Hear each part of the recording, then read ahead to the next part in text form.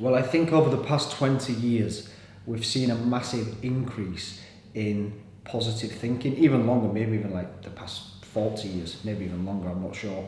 But there was a massive upsurge in the realm of positivity and positive thinking and optimism and that kind of stuff. I don't know when it was. I've actually looked into this, but I wish I could remember because I have studied this to some extent.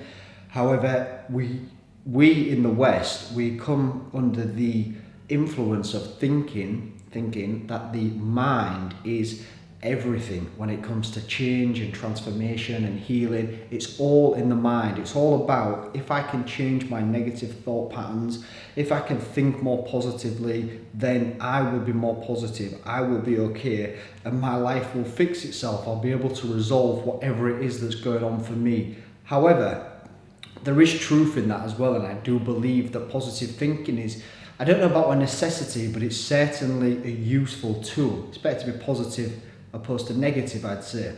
However, the issue lies in just being positive in the mind when there's a mountain of shit in the body. So what we can do is, if you're filled with repression and emotional blockages and that kind of stuff, we use positive thinking as a way to disconnect even further from the body, from the repression, and it actually takes us further away from the body. And of course, on this channel, we're all about body-based therapy and embodiment. So we're all about coming into the body. So it doesn't necessarily have a place in somatic experiencing.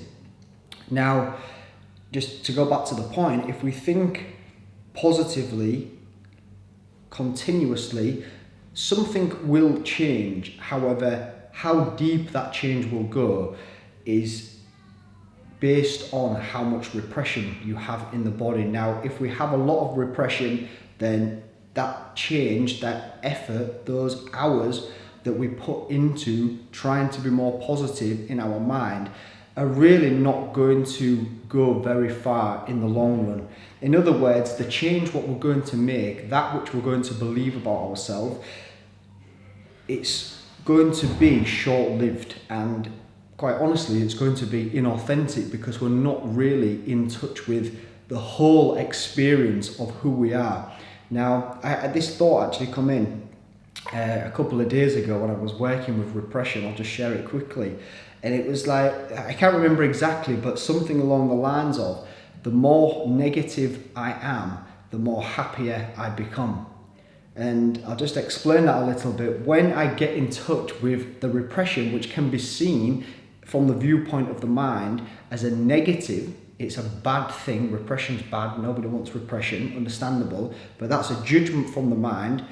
If we can work with the repression and take away the label, the more negative I become, the more negative I am, the happier I become. In other words, the more I get in touch with the negative, the more whole, happy and complete I become, which is happiness, fulfillment.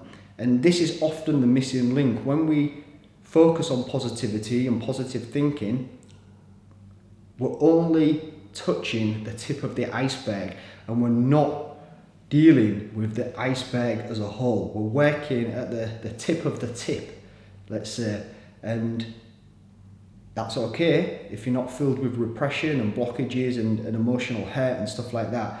But in truth, we have to really embrace the entirety of the human experience, and positivity is just a small part of the human experience. There is a thing called, what should I call it?